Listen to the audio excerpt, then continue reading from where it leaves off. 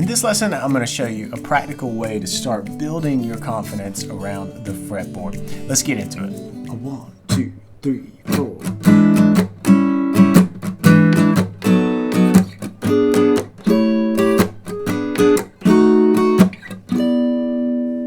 Hey there, John here with the Blues Guitar Institute, and this is your Tuesday Blues where we take cool acoustic blues concepts, licks, riffs, stuff like that, and we break it down and give it back to you in no-frills, straightforward lessons. We're going to get into something that I think is really useful right here, right now.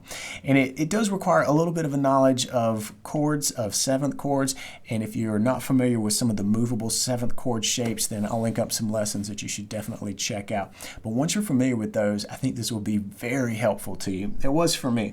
Once you've got those movable seventh chord shapes, like take this C7, move it up to E7, for instance, or take this A7, refinger that a little bit, move it up to E7, or our D7, we can move it up to E7, right? So you start to see these shapes becoming very movable. And we're going to use that in a little exercise that'll help sort of stretch your idea of where chords fall on the neck, okay? So you're probably familiar with, playing chords around here and moving from E7 to, say, A7, and then maybe B7, okay? What you're really doing there is playing a chord in this position. You're playing your position, all right? And when you're playing your position, you can get pretty comfortable in that spot. You'll start to see how little licks will work right under your fingers, and that is gold, especially on the acoustic guitar. But the thing is, you can stretch that and get out of your comfort zone a little bit by moving into closed positions or positions up the neck a little bit. So let's take these three chords, E7, A7, and B7. Super bluesy combo. You got your 1, 4, 5 there, okay? But let's find our 1, 4, 5, E7, A7, B7 up the neck, okay?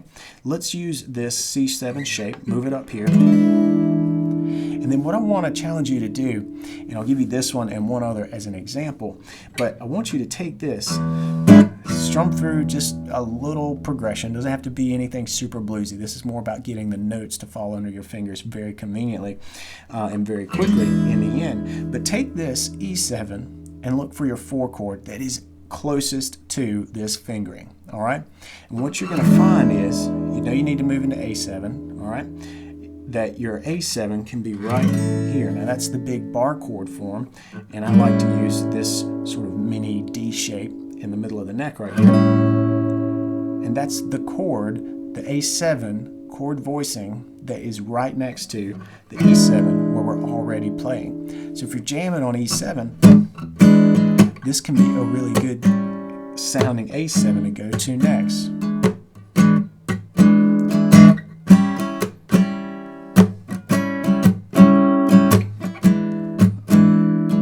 Now let's think through where that 5 chord would be, all right? And I suppose you've got a couple of options, but the one that I want to focus on that is pretty darn close to this E7, this A7 would be this B7 here, okay?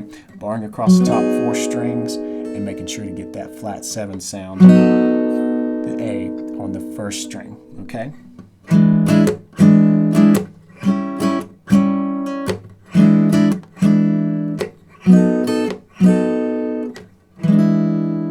So what that's doing is really giving you some comfort in moving around from E to A to B7 here in a different position. So if you normally just play all your blues right here, use this to kind of help you move up the neck a little bit.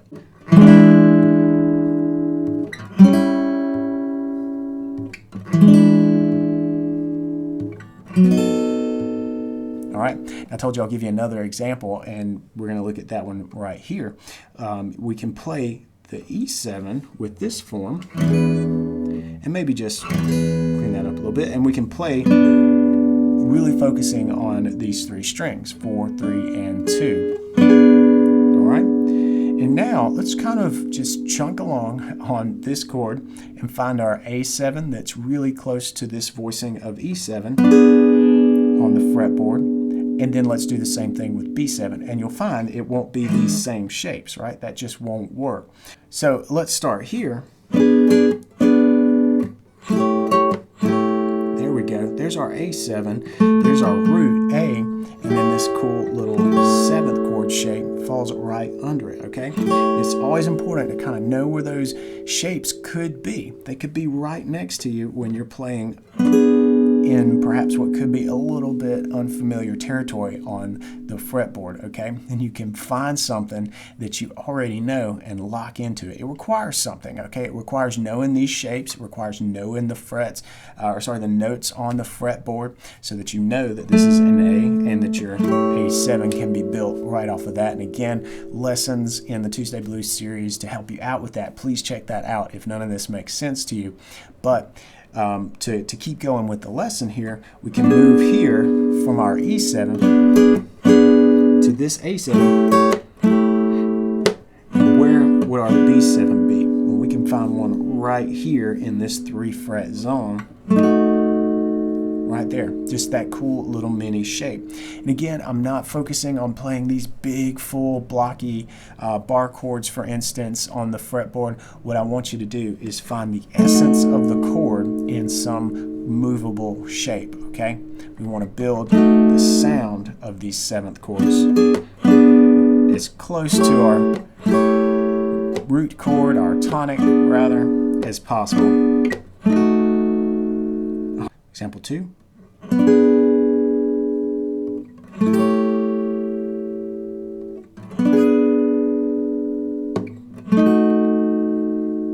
All right, so there's 2 examples of how to do that in these 2 positions on the fretboard.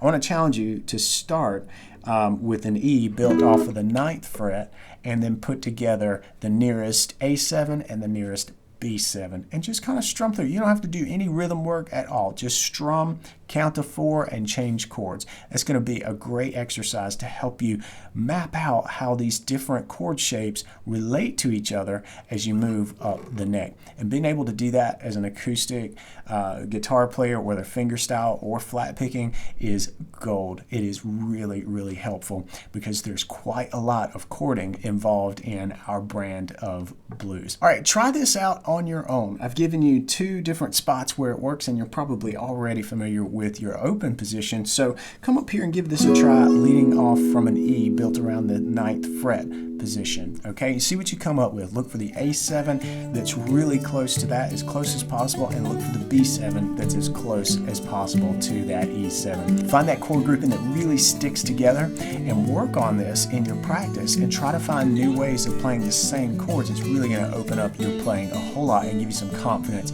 up the fretboard. So try this out and let me know in the comments how it goes for you. And I'll be back here next Tuesday with another cool acoustic blues lesson. Until then, go ahead and hit that subscribe button and the bell notification if you dig this stuff, because I got a new lesson coming out next week. And I'll see you there, so come on back. And until then, play on.